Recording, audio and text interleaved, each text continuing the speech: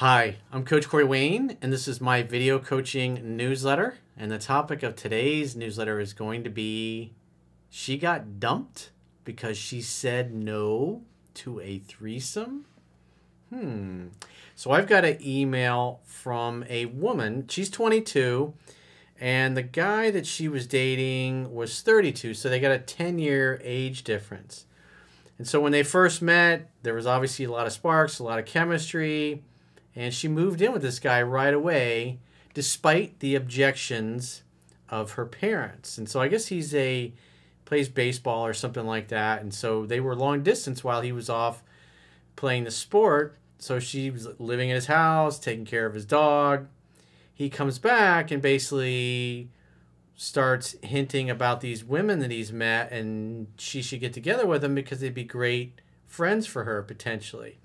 And a few more weeks go by, and then she realizes what he really wants to do is her to have a threesome with these other women that he's meeting. And she says, well, we really need to work on our own relationship first and then maybe down the road I'll be open to something like that. And so a few days later, he says he needs space. And obviously she's pretty hurt and upset because she's thinking, what the hell, you're breaking up with me because I won't have a threesome? So this brings up a really interesting topic. Obviously, they moved in right away before they knew each other. And also the importance of making sure your goals and values are aligned before you do anything serious or any kind of serious commitments, moving in, buying houses together, cars together, going into business together, things of that nature.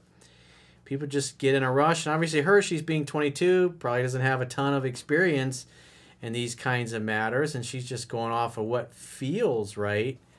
And her parents, who obviously are older and wiser, are like, yeah, you should probably slow your roll in that, honey. Probably not a good idea, but of course, who listens to their parents when they're young? So I got a quote that I wrote in this topic, and then we'll go through her email. So the quote says, people can hide who they are for about the first 90 days of a relationship. That is just one of the many reasons why people should take their time dating for a year or more before living together and committing to any serious financial or business entanglements. Otherwise, people open themselves up to unnecessary and avoidable problems, drama, and heartbreak when their unreasonable and projected dating fantasy meets reality. Major commitments should only be made when all parties involved share the same goals and values. So true. She says, hi, Coach. I recently went through a breakup out of the blue with the man I thought there was a great chance I'd end up with. Well, this is where dating fantasy meets reality.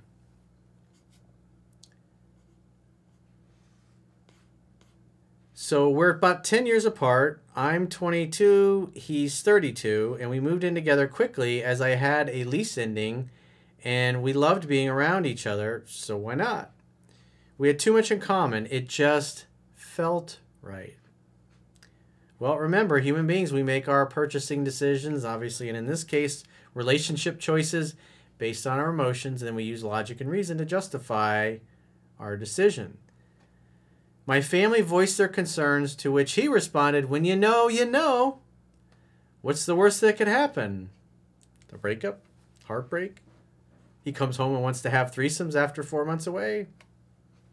You didn't really know each other. You only move in together once you are certain your goals and values are aligned. Just like the quote says, people can hide who they are for about the first 90 days of a relationship. That's one of many reasons why people should take their time dating for a year or more before living together and committing to any serious financial or business entanglements.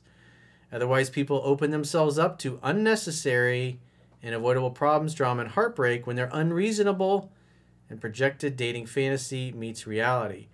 Major commitments should only be made when all parties involved share the same goals and values.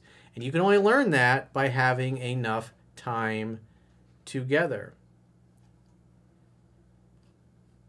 So, I mean, this is kind of like, hey, you see too many movies, it feels right. Let's just go with it and see what happens. We spent 4 months of our relationship long distance while he was pursuing his dreams of playing baseball. I stayed back to take care of his home and his dog as if they were my own. Sounds like she's got a good heart. Comes from a decent family where mom and dad care, and they tried to counsel her, but she says, nope, nope, this is right. No, you guys don't know what you're talking about, mom and dad. I'm the smartest child that ever lived, so therefore rules don't apply to me. Lots of people have had that experience. Be humble or you will be humbled, as Jocko Willing says. He ended up coming home to prioritize other aspects of his life. Well, I'd say more than likely he came home because now he felt comfortable to let you know what he was really all about. He probably moved you in there just thinking, once she's comfortable, then I'll spring it on her. I knew he was going through a lot at once, so I gave him the space I felt he needed. He started bringing up these women he would meet while I was at work, at the dog park, at the gym, suggesting that I meet them so I can have a few more friends that lived closer to me, or closer than my friends. I thought he was trying to do something nice for me. Well, I'm sure in his own mind it was nice. He was trying to help you hang out, have fun, and hook up with some ladies. To pleasure you. And himself, obviously. One day, he woke up immediately listing off all of the things he didn't like about me, and it ended in me packing my things and moving to my dad's. I returned a day or two later to get the rest of my stuff, and we were able to talk it out. We got everything out on the table that we needed to, and everything seemed okay. I was beyond relieved. So far, so good. But obviously, that's a major red flag there. Because in the beginning of the relationship, just like, hey, everything's great, it's amazing. Everybody always focuses on what they love about each other. And then at the end, they focus on all the things that they think suck about you. And obviously, that's where he was. He was trying to label you and belittle you, and therefore he wouldn't feel so bad about ditching you so he could go pursue what he wanted when he realized you weren't going to give it to him. He told me that the idea of being with one person for the rest of his life scared him, and that he would eventually like to experiment with bringing other people into the bedroom with us. Well, you got to have the same goals and values for that or not. And so obviously he had these feelings and these intuitions before you guys got together.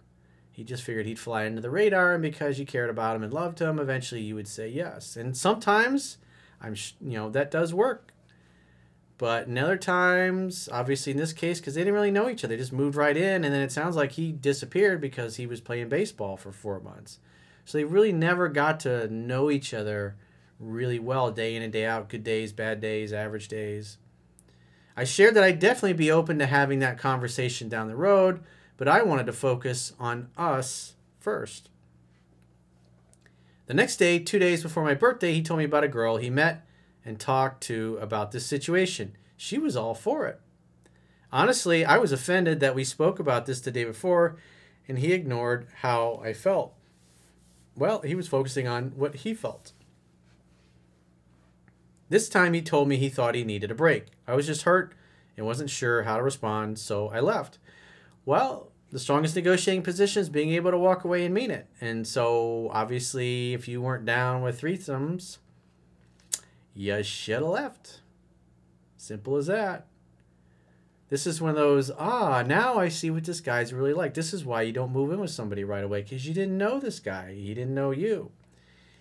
He was flying under the radar. He was concealing who he really was. And then once he felt really comfortable, because you've been living in his house, taking care of his dog for 4 months, he comes back and he tells you what he's really all about.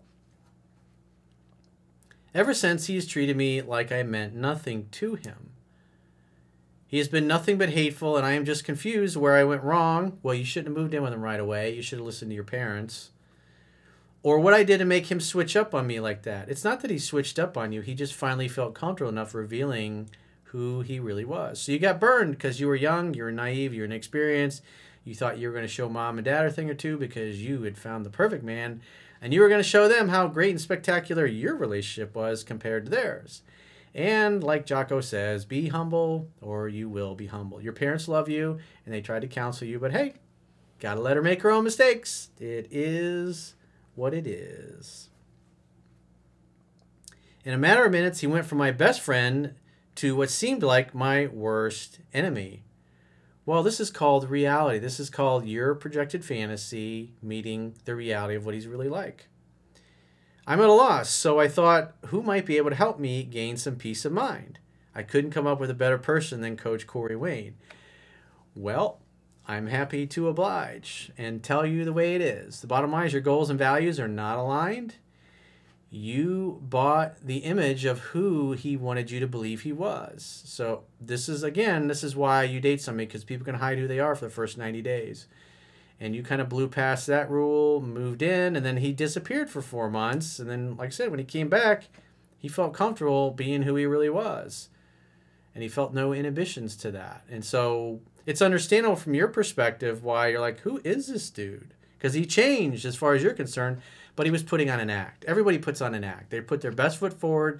They give you an image of who they want you to buy they are. And then once they figure that you get hooked and you really know who they are, then they tell you about all the skeletons in the closet and figure that you'll just love them for who they are and put up with it. So it's a painful lesson. It sucks, but men do it all the time as well. They move in with girls and they find out she's a train wreck, cheated on every guy she's ever been with. She's still flirting with other dudes. It happens. This is why, like Rumi said, slow and steady, like the river that never grows stale. No hurry, no rush, especially stuff like this.